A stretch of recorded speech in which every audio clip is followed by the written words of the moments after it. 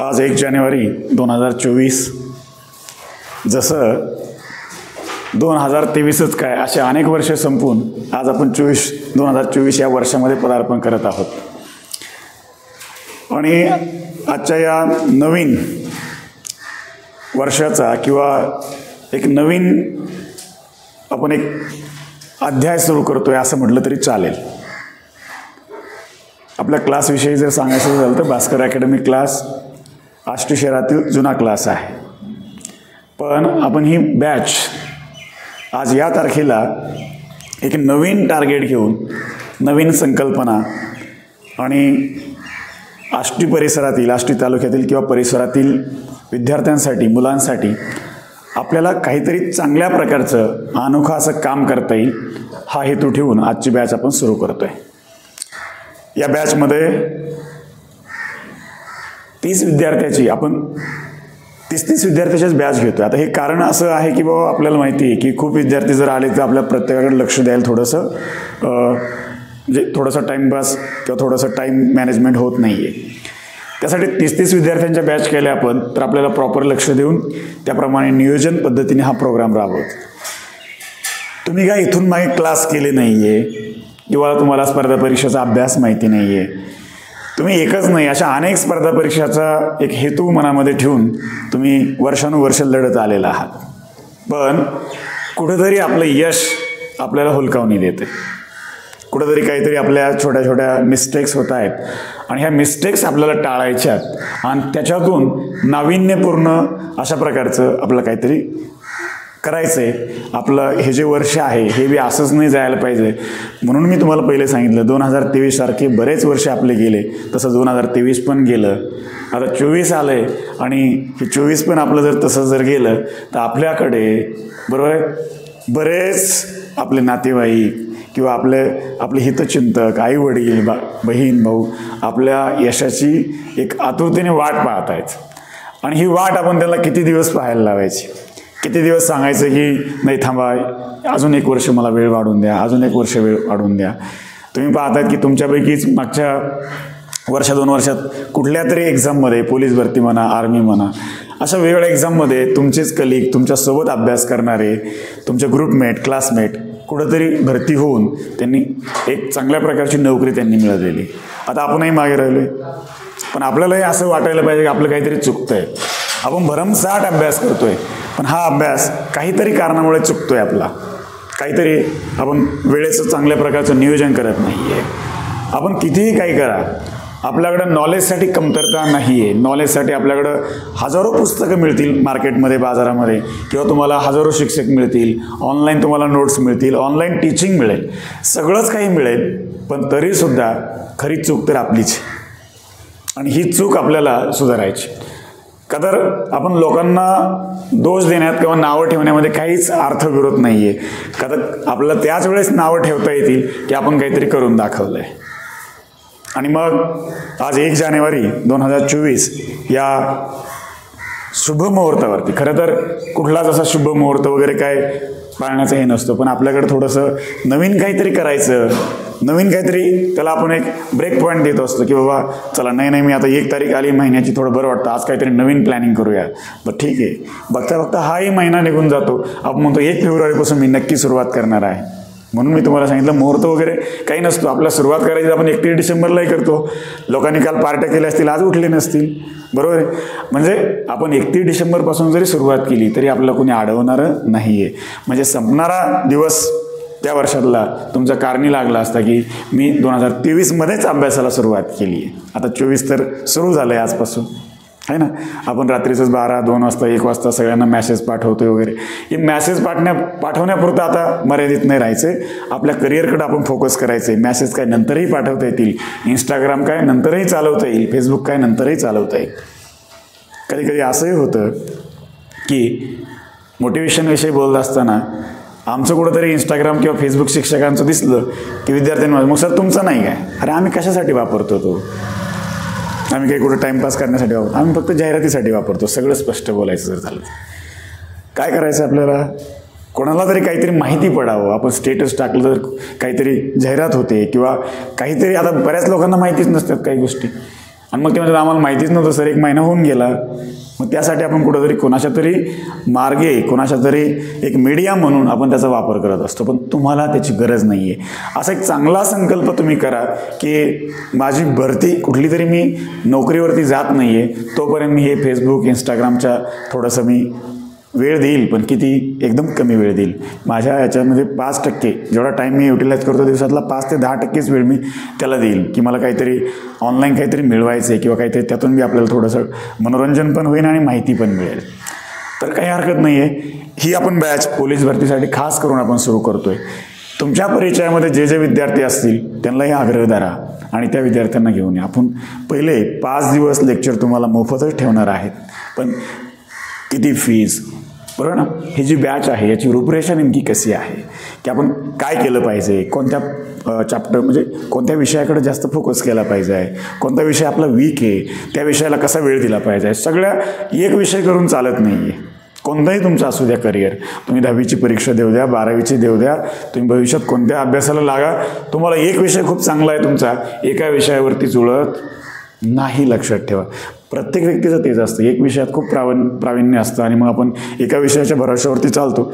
तसं नाही. आपल्याला त्यासाठीच आपण एक चांगल्या प्रकारचा एक पायंडा आणि एक नवीन काही तांत्रिक अशा गोष्टींचा विचार करून आपण काय करतोय, प्रत्येक शिक्षकाला एक विषय वेगळा देतोय किंवा एक विषयाला प्रत्येक अशा प्रकारचं आपण नियोजन केलेलं आहे.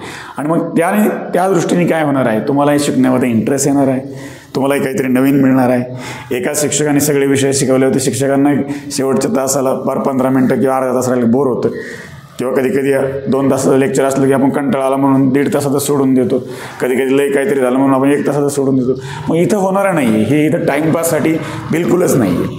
आणि माझा स्वभाव तर तुम्ही पाहिलेला नसेल, काहींना माहिती असेल कसा आहे. माझ्याकडं म्हणजे मी कसलेही मोठे मुलं जरी असले तरी त्यांना कोणत्याही कारणानिमित्ताने वर निघू देत नाही. लक्षात ठेवा, वर म्हणजे करिअरवरतीच फोकस करायचं आहे आपल्याला. बिनकामाचा टाईमपास, हे गेला इकडं तिकडं गेला, आज इकडचंच काम लागलं, अशा गोष्टी तुम्ही टाळायच्यात. आणि खरंच लय दिवस नाही, आता पुढच्या येणाऱ्या ज्या भरत्या आहेत ना, तुम्हाला 3 महिन्यातच काहीतरी करायचं. आणि हा जो अभ्यास आहे हा कॉमन आहे. आता बऱ्याच तुम्ही काय करता, आणि फी कमी नाही आहे, आणि शासन असंही सांगतं की वरून नाही आम्ही 1000 रुपये फी ठेवली म्हणजे ज्याला गरज नाही ते भरणारच नाही. हो, आज कोणाला गरज नाही आहे, आज कितीतरी लोकांना नोकरीची गरज आहे. आणि मग आपण काय करतो, वर्षाला 10-20 हजार रुपये नुसते फॉर्म भरण्यात घालतो, ना कोणत्या परीक्षेचा नीट आहे. तुम्ही बेसिक फाउंडेशन पक्क करा. पोलीस भरतीचा जो बेसिक अभ्यास आहे याच्यावरती तुम्ही अजून 4 परीक्षा देऊ शकता. पोलीस भरतीचा बेसिक अभ्यास जर तुम्ही केला तर हा काय पोलीस भरतीचा अभ्यास काही ह्या पर्टिक्युलर याच्यासाठीच आहे, ह्याच विद्यार्थ्यासाठी आहे, त्याच विद्यार्थ्यासाठी. UPSC MPSC करणाऱ्यांसाठी एक फाउंडेशन आहे पोलीस भरती म्हणजे. आणि त्या दृष्टीने जर तुम्ही कामाला लागले तर निश्चितच काय होणार आहे, भविष्यात आपल्याला लई लोड पडणार नाही आहे. आणि परीक्षा जवळ आल्याच्या नंतर आपली ऑलरेडी तयारी असेल असं नाही. आता बरेच जण काय करतात की नाही, येऊ द्या फॉर्म सुटू द्या मग सुरुवातीला लागूया, असं नाही करायचं. आणि मग त्याच्यामुळेच आपली ती एक चूक असू शकते की आपण खूप उशिरा सुरुवात करतो, आणि ही उशिरा केलेली सुरुवात आपल्याला तोंडावरती पाडणार आहे. लक्षात ठेवा, बरोबर. सगळे विषय जे आहेत, गणित असेल आहे ना, बुद्धिमत्ता आहे, रिजनिंग तुमचं, मराठी आहे, जनरल नॉलेज आणि करंट अफेअर्सचा पार्ट आहे, असे आपण 4 भाग करतोय तुमच्या सिलेबसचे पूर्ण. आणि हे 4 भागाला तुम्हाला 4 शिक्षक असणार आहेत. आणि शिक्षकांचा एक परिचय तुम्हाला करून देतो. मी स्वतः प्राध्यापक RS बिडकर, त्यानंतर प्राध्यापक तुकाराम वनवे सर, प्राध्यापक विजय राजपुरे सर, त्यानंतर आणि खास करून आत्तापर्यंत म्हणजे कौतुक करायची गोष्ट म्हणजे आपल्याकडे तुम्ही पाहता की स्पर्धा परीक्षा क्षेत्रामध्ये कोणी मॅडमनी तर अजून आपल्या आष्टी परिसरामध्ये टीचिंग केलेलं नाही. तशा सोनाली नागरगोजे मॅडम, त्यांचाही खूप चांगल्या प्रकारचा या सगळ्याच पोलीस भरतीचाच नाही आहे. आता आमची जी टीम आहे या सगळ्यांचाच पोलीस भरतीपुरतं मर्यादित नाही आहे. आम्ही तुम्हाला ज्या परीक्षेचा अभ्यास करणार त्यासाठी तुम्हाला आम्ही तितकं चांगलं मार्गदर्शन देणार आहोत. आणि त्या दृष्टीने आपल्याला जायचं. पोलीस भरती जर आपली पहिली पायरी असं समजा, मग आपण काय करणार, पोलीस भरतीच्या तयारीपासून सुरुवात करू. तुम्ही म्हणले सर आता आमचं बेसिक फाउंडेशन झालं आहे, ही नवीन एक्झाम आली, ही कुठली तलाठीची म्हणा अजून कोणती म्हणा, सर आमची पुन्हा एक बॅच त्याच्यासाठीच प्रिपेअर करा.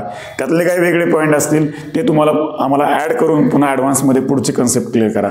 आणि अशाच हे भरती आज नवीन वर्षाचं आपण एक चांगल्या प्रकारचं नियोजन आपण करतोय आणि भविष्यामध्ये नक्कीच तुम्हाला चांगल्या प्रकारचं यश मिळणार आहे अशी या नवीन वर्षाच्या शुभ मुहूर्तावरती मी तुम्हाला शुभेच्छाही देतो आणि तुमचे धन्यवाद पण मानतो की आपण क्लास पहिल्याच दिवशी तुम्ही आलेला आहात.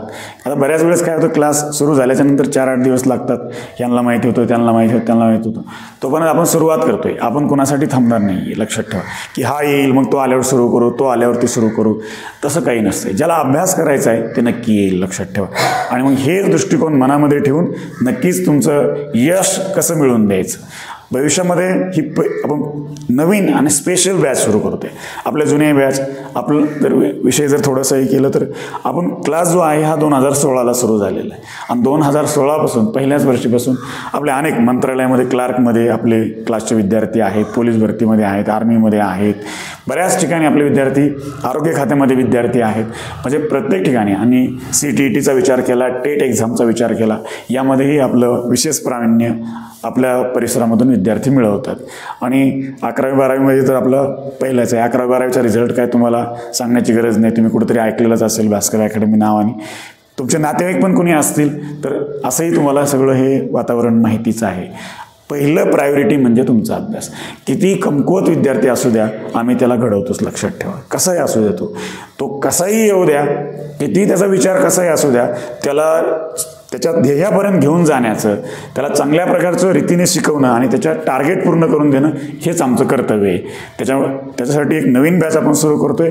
नक्कीच तुमचा एक प्रकारचा चांगला सहभाग राहील, तुमचा सपोर्ट राहील आणि अशाच प्रकारे आपले लेक्चर्स पुढं सुरू राहतील. आजचा पहिलाच दिवस आहे, त्यातून नवीन वर्ष मी सर्व शिक्षकांना आणि तुम्हालाही एक नवीन वर्षासाठी तुमचेही ज्याचे स्वप्न जसे असतील, शिक्षकांचेही स्वप्न असतात, विद्यार्थ्यांचे स्वप्न असतात, सगळ्यांचे स्वप्न मोठमोठे असतात. म्हणजे पहिली गोष्ट अशी की या नवीन वर्षासाठी आपल्याला पहिले चांगलं आरोग्य लाभावं. एकदा का आरोग्य लाभावलं ना, आपण बाप माणूस. लक्षात ठेवा. आरोग्य आपलं बिघडलं की आपण काही कामाची राहत नाही. आता तुम्हाला ते सांगायची गरज नाही. तुम्ही सगळेच पोलीस भरतीची तयारी करताय किंवा अजून काही वेगळ्या एक्झामची तयारी करताय. आरोग्याबाबतीत तुम्ही इतकं कोणी जागृत नाही आहे. तुम्ही तितकी फिट आहात तर असायलाच पाहिजे आणि नक्कीच ईश्वर तुम्हाला तशी सद्बुद्धी देईल आणि हे वर्ष तुमचं वाया जाणार नाही आहे. म्हणजे 6 महिन्यातच तुम्हाला यश मिळावं या वर्षामध्ये. लय लांबपर्यंत घरच्यांना स्वप्न दाखवत आलो आहे आपण आत्तापर्यंत आणि हे घरच्याचे स्वप्न आपण निगेटिव्ह करायचे नाही आहेत. घरचे खूप आश लावून आपल्यासाठी बसलेत. हे जर मनात आणलं ना तर कुठलाही कसाही साधारण विद्यार्थीसुद्धा चांगल्या परीक्षा, चांगल्या पदापर्यंत जातो आणि निश्चित हेच आपल्याला करायचं आहे. तर मी राजपुरे सरांना तुम्हाला थोडंसं मार्गदर्शन करण्यासाठी पुढे बोलवतो.